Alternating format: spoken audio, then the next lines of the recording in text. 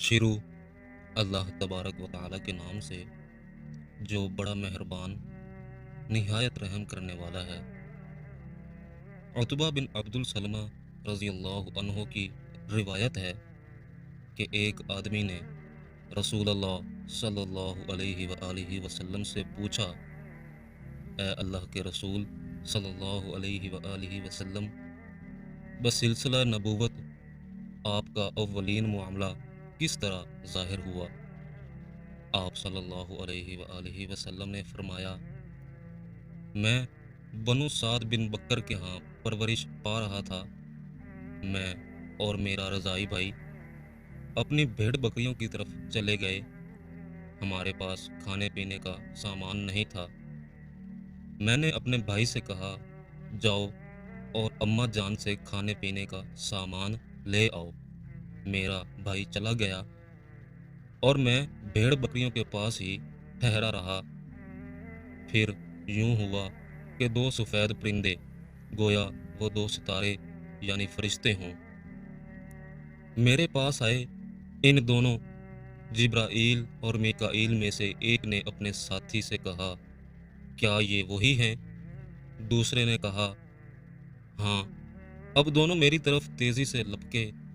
انہوں نے مجھے پکڑ لیا اور کمر کے بل لٹا دیا، پھر میرا سینہ چیر دیا اور میرے دل کو نکال کر اسے بھی چیر دیا، اور اس سے دو سیاہ لوتھڑے نکالے۔ ان میں سے ایک نے اپنے ساتھی سے کہا، مجھے ٹھنڈا پانی پکڑاؤ۔ پھر دونوں نے اس پانی کے ساتھ میرے اندر کا سارا حصہ، سینہ اور پیٹ دھویا۔ پھر کہا، اب مجھے ٹھنڈا پانی دو۔ پھر اس ٹھنڈے پانی کے ساتھ دونوں نے میرا دل دھویا اور کہا، اطمینان اور وقار لاؤ۔ اب اسے ان دونوں نے میرے دل پر چھڑک دیا۔ پھر دونوں میں سے ایک نے اپنے ساتھی سے کہا، اس کو سی ڈالو۔ لہٰذا اس نے اسے سی دیا اور اس دل پر ختم نبوت کی مہر لگا دی۔ پھر ان دونوں میں سے ایک نے اپنے ساتھی سے کہا، اس کو ترازو کے ایک پلڑے میں رکھو اور اس کی امت میں سے 1000 کو ایک پلڑے میں رکھو۔ اس وقت میں اپنے اوپر 1000 کو دیکھ رہا تھا۔ مجھے ڈر محسوس ہوا کہ ان میں سے بعض لوگ مجھ پر گر نہ پڑے۔ پھر کہا، اگر محمد صلی اللہ علیہ وآلہ وسلم کو ایک پلڑے میں اور اس کی ساری امت کو دوسرے پلڑے میں رکھ دیا جائے تو تب بھی محمد صلی اللہ علیہ وآلہ وسلم کا پلڑا بھاری رہے گا۔ اس کے بعد وہ دونوں فرشتے چلے گئے اور مجھے انہوں نے وہیں چھوڑ دیا۔ مجھے سخت خوف لاحق ہوا۔ میں اپنی ماں حلیمہ کی طرف گیا۔ جو کچھ میرے ساتھ ہوا وہ سارا کچھ بتایا۔ وہ ڈر گئیں کہ کہیں یہ شیطان کی کارستانی نہ ہو، لہٰذا انہوں نے اللہ سے پناہ طلب کی۔ اس کے بعد اونٹ کی سواری تیار کی گئی۔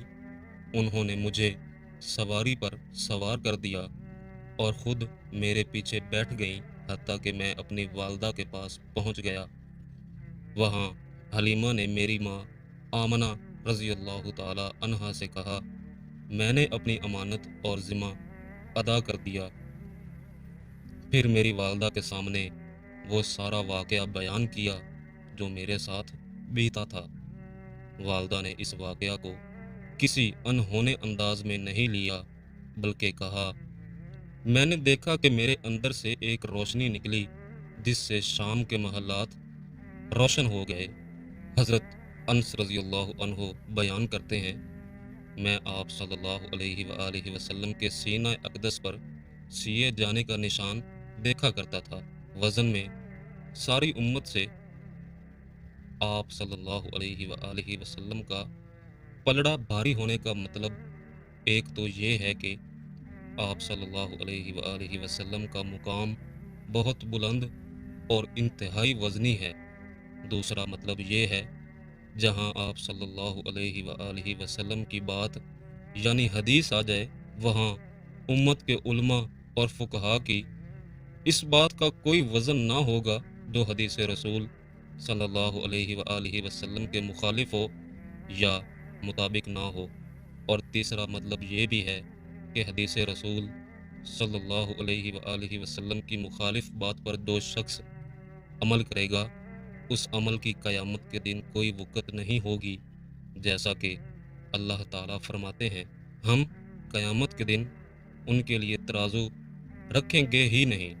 شام کے محلات روشن ہونے کا مطلب ہے کہ ابھی آپ صلی اللہ علیہ وآلہ وسلم اس دنیا میں آئے بھی نہ تھے کہ آپ صلی اللہ علیہ وآلہ وسلم کی والدہ محترمہ کے ذریعے دنیا کو یہ پیغام دے دیا گیا کہ یہ بچہ جو پیدا ہونے والا ہے، اس کے مجاہد صحابہ جہاد کرتے ہوئے شام فتح کریں گے، عیسائی مغلوب ہوں گے، صلیب کے اندھیرے چھٹیں گے اور عیسائی علاقے اسلام کے نور سے جگمگائیں گے۔